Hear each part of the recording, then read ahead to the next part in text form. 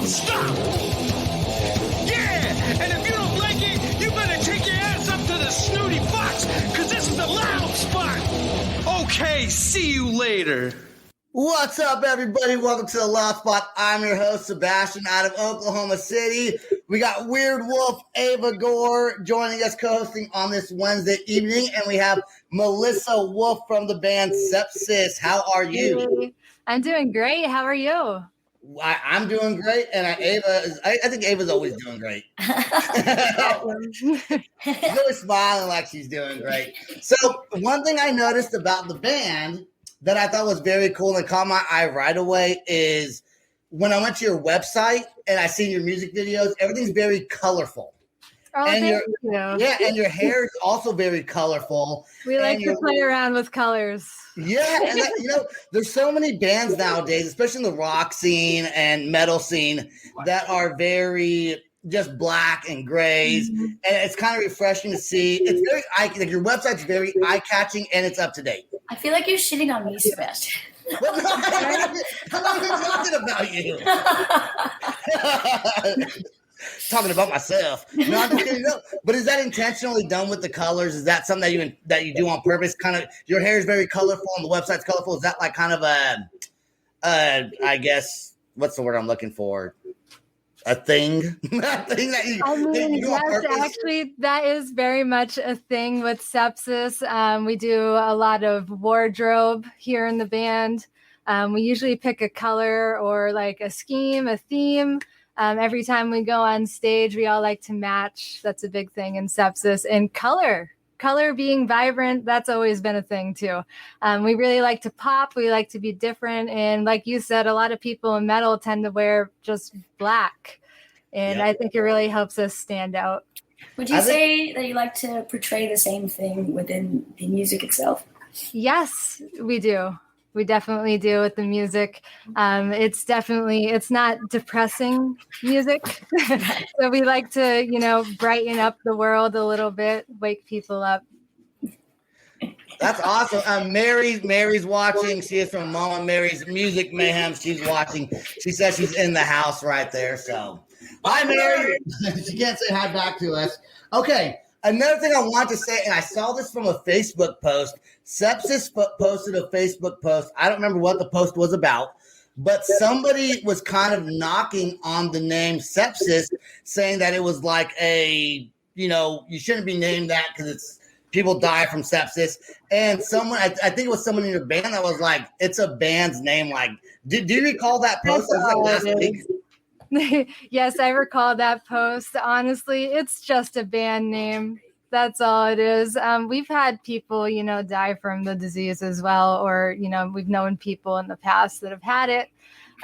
For us, it's just a name. It makes it Google searchable. It's unique, Yeah, and I agreed with whoever replied to the reply to the comment. It's a rock band. You're in a band, you want to pick a cool name. I don't think anything's wrong with having any kind of name like that. I think it's a very unique and neat name. So, dude, does that happen often with you guys? Do people kind of say, why would you name your band that? Yes, really? they do actually. This is a common thing. But people, for some reason, this is just an example. Please don't take this out of context. But people don't mind a name like Butcher Babies. Right. Yeah. Or Cannibal Corpse. I wonder, do you feel like you're treated differently as a female musician, especially being a front woman? I wonder if that has anything to do with it. Like me being a female musician myself, I feel like I get judged a lot harder. Sometimes being a local female act, I can see that being an issue for sure. Yeah. Females are treated a little differently in metal, period. Yeah, I'm sure. Like if it was an all guy band, no one might say anything about that. But because it's female fronted, maybe it's more of a thing. Like you're supposed to be a nurturer, not an in your face middle person. No, but you guys have been around. When did you guys start the band? And you guys are from the East Coast too, right? We are from the East Coast. We are from the New England area, Manchester, New Hampshire, to be specific. And we started the band about 10 years ago. I met William Savant, my partner in all of this, 10 years ago through Craigslist. Now, he had put up an ad searching for musicians, and I happened to be looking for musicians at the same time. So I answered his ad, and I showed up for my tryout. And this was, again, in the middle of Manchester, New Hampshire. So I went for my tryout there. I met him in the basement, this creepy old basement. And I met up with one of the girls at first that were around him at the time. And I met up with the girl. She brought me into the basement. And a whole bunch of these guys were like rapping at the time. Hold on. Yeah. Hold on. You meet someone on Craigslist.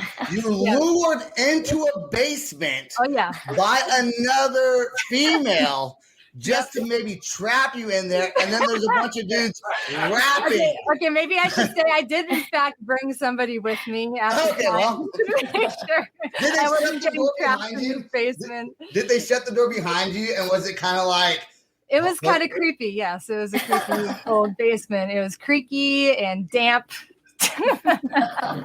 But so yeah, I met these guys, and a whole bunch of them were just rapping down there in the basement, and I was like, I am here for a metal tryout. Right?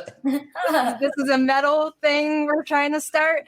And he was like, yeah, of course, man. He starts shredding on the guitar, and I'm like, damn, you're really good.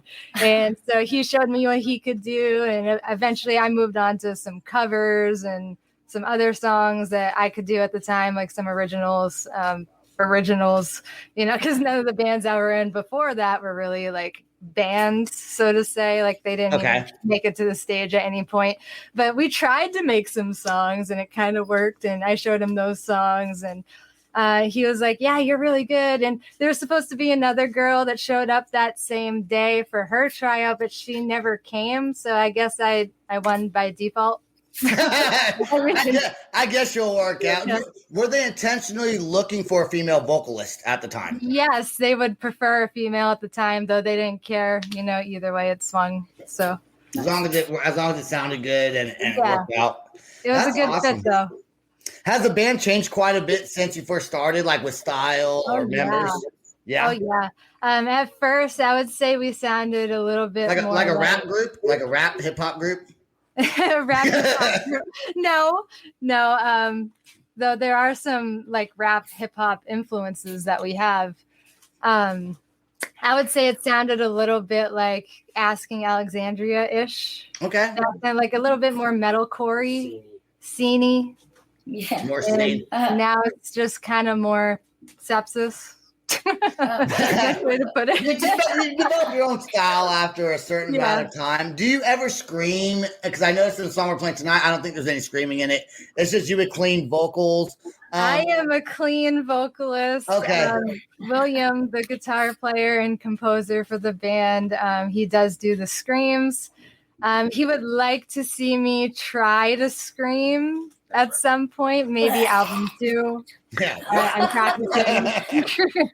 I wouldn't say I'm a screamer by any means. But no, he does some vocals also, doesn't he? He's the guitar player. He does backup vocals. Okay, and does he scream at all in some of your songs?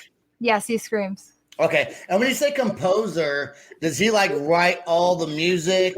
And then do you come in and write your own lyrics, or is that something you work on together, or is that like just you individually?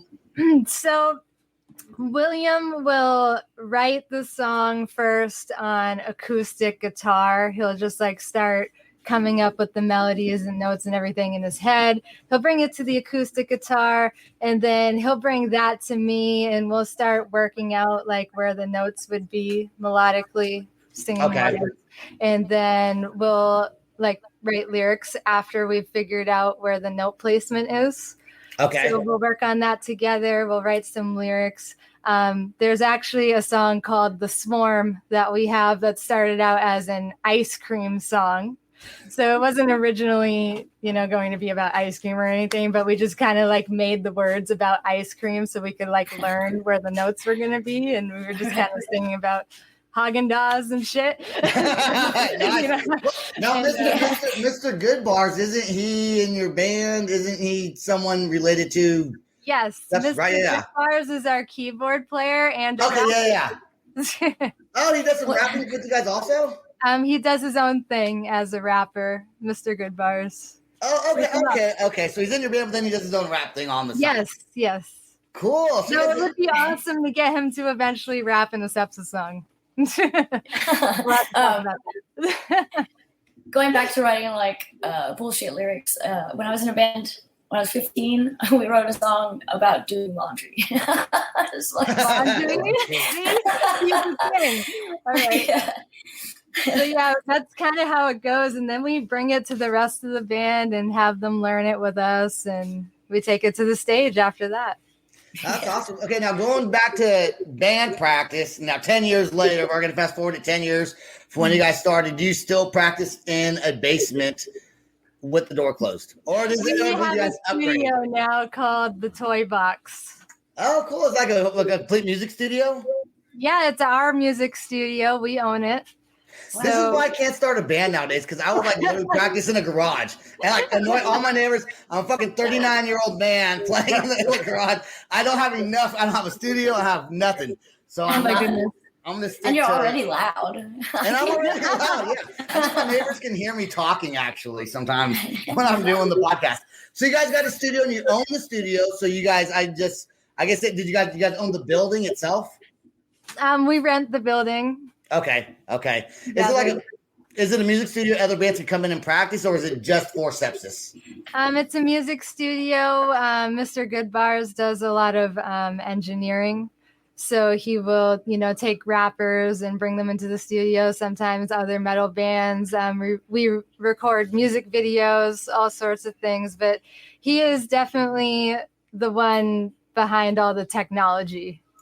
Okay. It's always good to have someone in the band that knows how to do all that, because I feel like most people don't want to learn that. But if you got one person, they kind of take care of everybody. Like, I don't want to learn all that stuff. I'd rather have somebody else learn how to do it and then just do it for me. Be in the band. Well, hey, if you know how to do it, you don't got to pay anyone. That's right. That's the real secret. That's why you're in the band. You hear that? You hear that? It's not your rapping skills, bro. No, I'm just kidding. Okay, let's talk about tours. You guys have been around for 10 years. Mm-hmm. So I'm sure you played some tours. I know you got some stuff coming up also in September, right? In September? We sure do. So there's going to be a show at the Fish Head Cantina. And that's going to be in Halethorpe, Maryland. Okay. And do you guys typically stay East Coast? Because I did thought they could kind of put in like local shows, and like there was nothing in Oklahoma City. I was just curious. I didn't think there would be. But do you typically stay on the East Coast, or have you done like a nationwide or even worldwide tour? We have so far mostly been in the New England area. I think the furthest we've ever traveled was like Ohio back in the day. But we have been really trying to branch out. And thankfully, we've got this huge national tour coming up with OTEP, the Almas, and the world over.